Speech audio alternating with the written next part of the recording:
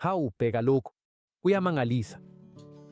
Sikwazile ukwenza ukuthi le ngxenye yesihlahla sikaMavakede ikhule izimpande eziningi kakhulu kungakapheli amasonto amahlanu kuphela, into abantu abaningi abayibheka njengento engenzeki, ikakhulukazi uma sikhuluma ngezihlahla ezinzima ukuzikhulisa njenge-avocat. Futhi okumangalisayo kakhulu ukuthi sikwenze sisebenzisa izinto ezitholakala emakhaya cishe kubo bonke abantu, futhi ngenxa yemfihlo enkulu engizoyidalula kule vidiyo. Futhi ukwenza lokhu kulula kakhulu. Sizosebenzisa ibhodlela lepulasitiki elilula nje. Akubalulekile ukuthi likhulu kangakanani noma linzima kangakanani. Ungasebenzisa noma yiliphi onalo ekhaya. Mina ngizosebenzisa leli ngoba kulula kakhulu kimi ngalezi zinhlobo zezingxenye zesihlahla. Manje, njengoba ubona, sibeka uphawu lapho sizokwenza khona izimbobo ezincane. Uma sesiwabekile uphawu, sisebenzisa ummese noma ithatha, sizowenza ngokucophelela okukhulu, njengoba ngikukhombisa kuvidiyo.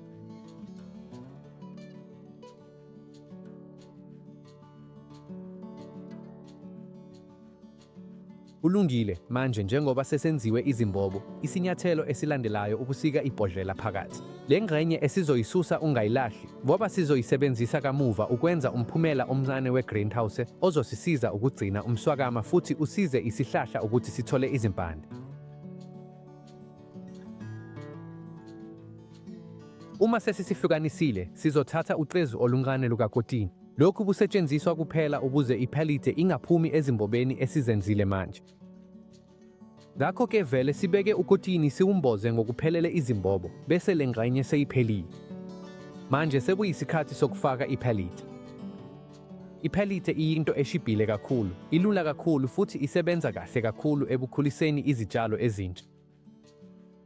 Sizogcwalisa cishe izingxenye ezintathu kwezine zebhodlela, sishiye ingxenye engenhla ingenalutho. Futhi uma ungenayo iphelite, ungasebenzisa isihlabathi somfula esihlanzekile. Eqinisweni sisebenza kahle impela. Kodwa-ke, mina uqobo iphelite inginike imiphumela engcono, yingakho ngizoyisebenzisa kule ndlela. Uma sesilungiselele umkhuliseli wethu, sizodinga isitsha esingagcina amanzi.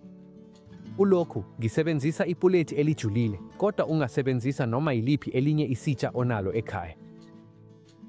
Manje-ke, sekuyisikhathi sokuthatha isiqu esizotshalwa. Kulokhu ngizosebenzisa isiqu somkhanyakude, avocat.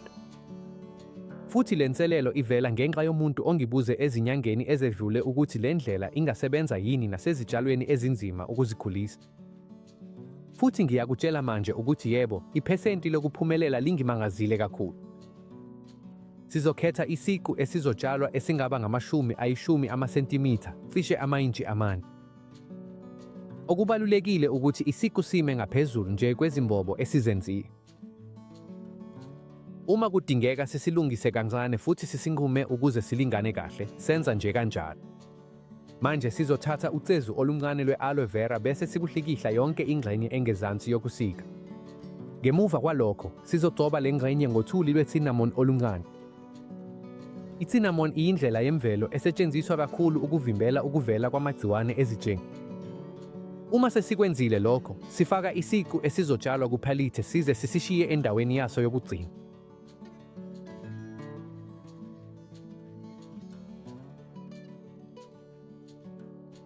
Futhi lapha sekufika imfihlo enkulu yale ndlela. Enginakho lapha yizikhumba namahlamvu omtholo. Futhi ngokwethembeka, lena imfihlo enkulu. Lento ibiza kancane kakhulu futhi iqukethe izithako zemvelo ezisetshenziswa ngokwesiko ukukhuthaza ukukhula kwezimila ezimpandeni. Ukulungisa lokhu kulula kakhulu. Sithatha ilitha lamanzi, cishe ingxenye yesine yegaloni, bese sifaka isipuni esisodwa samahlamvu nezikhumba zomtholo. Siyaxova cishe imizuzwana engama-30 bese sekulungile. Manje sifaka le njube kancane kancane epheleni size sithole cishe amasentimitha 2 kuya kwama-3 noma okungukuthi iphingci elilodwa lolwelo. Futhi lapha yikho lapho kwenzeka khona into ethokozisayo kakhulu. Umswakama uzoqala ukukhuphuka kancane kancane ngenxa yokudonsa kwamanzi. Iphelite izoqala ukuthamba kancane kancane futhi lokho kuzokwenza ukuthi isiqu sithole inani eliphelele lomswakama, kungabi maningi amanzi noma kube mancane kakhulu. Futhi yilokho kanye esikufunayo, umsoco ongaguquki futhi ozinzile ukuze kusizwe ukukhula kwezimpande ezintsha. Manje sizolungisa umuthi wokuvikela isikhunta omncane. Sithatha ilitha lamanzi bese sifaka isipuni esisodwa se-hydrogen peroxide, leyo evamise ukuba sekhabhathini lethu lasekhaya. Siyaxuba kahle bese sikufaka kusprayer. Sizovele sifafaze kancane isiqu. Lokhu kuzosisiza kakhulu ukuvikela izinkinga zesikhunta. Manje sesibeka ingxenye engenhla yebhodlela bese sakha umphumela wethu omncane we-greenhouse. Sibeka ipropagator endaweni enokukhanya okuningi, kodwa ingatholi ilanga ngqo. Lokhu kubalulekile ngoba uma sikubeka elangeni ngqo, isiqu singoma bese sonakalisa wonke umsebenzi wethu. Elinye iqhinga elincane engifuna ukukwabelana ngalo ukuthi kimi kusebenze kahle ukwenza lolu hlobo lokufanyela ngesikhathi senyanga encipha ehle. Ungani? Hayi-ke, ngokwepulazi lendabuko kanye nesipiliyoni sabalimi abaningi, kulesi sigaba, i-SAP ivame ukuhamba kakhulu ezansi kwesitshalo, okusho ukuthi ezimpandeni nasezansi kwezinduku. Yingakho abantu abaningi basebenzisa lezi zinsuku ukwenza ama-cuttings, ukudlulisa izitshalo, kanye nawo wonke umsebenzi ohlobene nohlelo lwezimpande. Futhi kubalulekile ukukhetha kahle isikhathi sonyaka. Kimi uqobo, imiphumela engcono kakhulu ngiyithole kusukela ekupheleni kobusika kuze kube sekupheleni kwentwasahlobo, okuyisikhathi lapho izinga lokushisa liqala ukuba mnene futhi isitshalo siqala ukuphila futhi. Kungenzeka futhi ukwenza ekuqaleni kwekwindla ezindaweni ezinesimo sezulu esithambile. Ngakolunye uhlangothi, bengizogwema ukukwenza phakathi nehlobo ngenxa yokushisa okuphezulu, futhi nasebusika obukhulu, ngoba izitshalo eziningi zivamise ukuba sezimile cishe ngokuphelele futhi izimpande zithatha isikhathi eside ukukhula. Futhi bukhona okunye ngaphambi kokuphetha. Le ndlela ungayizama cishe nganoma yiluphi uhlobo lomuthi. Uma ucabanga ukukwenza ngohlobo oluthile olukhethekile noma ngomuthi owake wacabanga ukuthi akunakwenzeka ukukhulisa, ngempela mngani, zama, ngoba le ndlela kanye nalesi simiso sokukhulisa izitshalo zisebenza kakhulu kunazo zonke engizizamile kuze kube manje. Eqinisweni, lokhu sekuseduze nokuba yizingcwethi, kodwa inenzuzo enkulu yokuthi sikwenza ngezinto ezilula kakhulu futhi ezitholakala cishe kunoma ubani.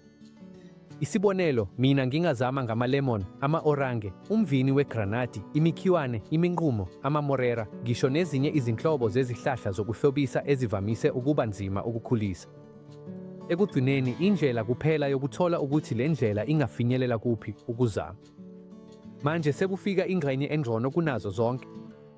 Ngemva kwamasonto amahlanu silindile, ekugcineni sekufikile isikhathi sokubona ukuthi wonke lo msebenzi ube nemiphumela noma cha. Futhi ngokwethembeka, imizwa yokukhathazeka ibikhulu, ngoba into eyodwa ukwenza isivivinyo, kodwa okunye ukuhlukile ukubona ukuthi kwenzekeni ngaphakathi lapho. Ngakho ake sikuvule, bheka lokhu. Uyamangalisa. Ngisanda kusondela, into yokuqala engiyibonayo amahlumela amasha ephuma esiqu esinqunyiwe. Lokho bekuyisibonakaliso esimangalisayo kakade. Kodwa linda, ngoba lokhu akupheli lapha. Bheka lobu busha. Bheka ukuthi sikwazile ukukhiqiza izimpande eziningi kangakanani. Izimpande ezimhlophe, eziphilile, ezinkulu futhi ezikhule kahle ngokuphelele.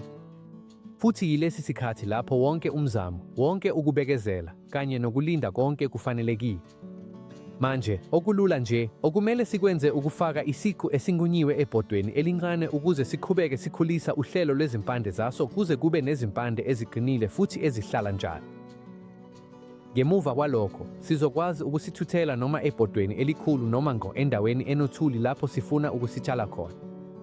Kulula nje, sizolifaka amanzi ngezikhathi ezithile, sizame ukulibeka endaweni engekho shisa kakhulu, bese-ke sesizobe sesinawo kahle umuthi wethu omusha wezithelo. Umahala ngokuphelele futhi kuyasebenza ngokuphelele.